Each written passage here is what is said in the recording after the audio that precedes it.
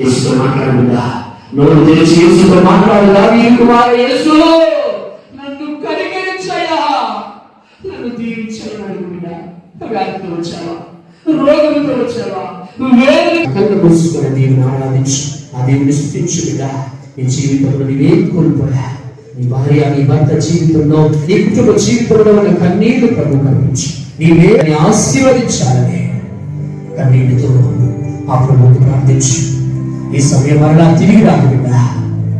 పౌలు గారు అంటున్నాడు కదా, ఇదే అనుకూల సమయం, ఇదే రక్షణ దినం, ఇదే అనుకూల సమయం, ఇదే రక్షణ దినం. ఆరాధించు, స్తుతించు.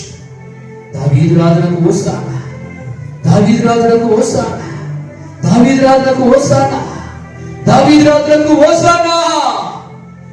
స్తుతించు బిడ్డ. ఆయనతో మాట్లాడు. ఈ రోజంతా నీ పక్కన వారితో మాట్లాడవచ్చు, సమయం చాలా ఉంది, కానీ ఆయనతో మాట్లాడు బిడ్డ.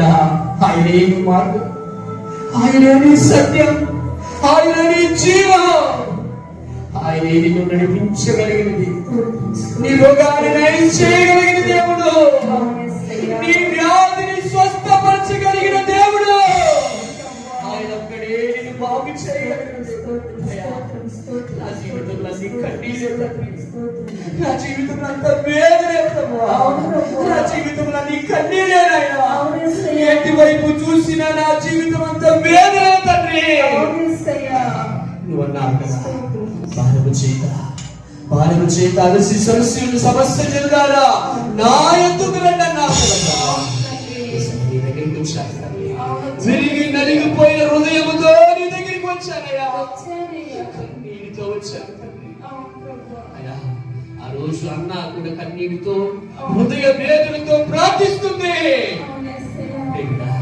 నువ్వు ప్రార్థించవా? యేసుతో కలిసి ప్రార్థించవా?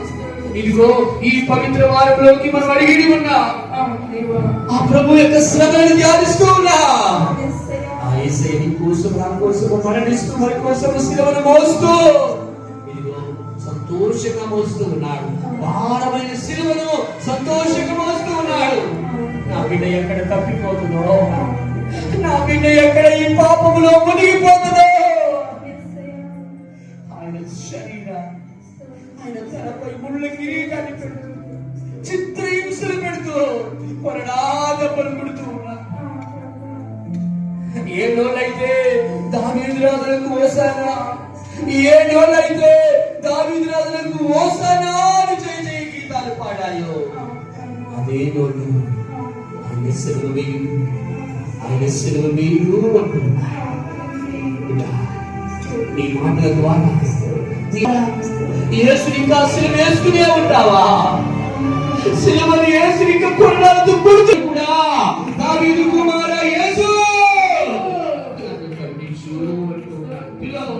నోరు తెరిచి యేసు అని పిలువు బిడ్డ. ఇప్పుడే యేసయ్య నిన్ను స్వస్థపరచడానికి సిద్ధంగా ఉన్నాడు. నీ రోగం ఏదైనా, నీ సమస్య ఏదైనా, నీ భారం ఏదైనా, నీ కన్నీరు ఏదైనా, నీ వేదన ఏదైనా, ఆయన సిద్ధంగా ఉన్నాడు బిడ్డ. ఇదిగో యేసు నోరు తెరిచి పిలువు. యేసు నామములో తప్ప మరో నామములో పిలువు బిడ్డ. నోరు తెరిచి యేసయ్యను దీవించును గాక, ప్రతి బలహీనతను తొలగించును గాక, ప్రతి రోగాలు, ప్రతి శాపము, ప్రతి అంధకార శక్తులు, ప్రతి చీకటి శక్తులు యేసు పరిశుద్ధాత్మకిలో కాల్పోను గాక, ప్రతి దుష్ట శక్తులు, శక్తులు, ప్రతి చీకటి శక్తులు, ప్రతి చేతబడి శక్తులు ఈ పాదాల కింద పడిపోను గాక. ప్రార్థించు బిడ్డ.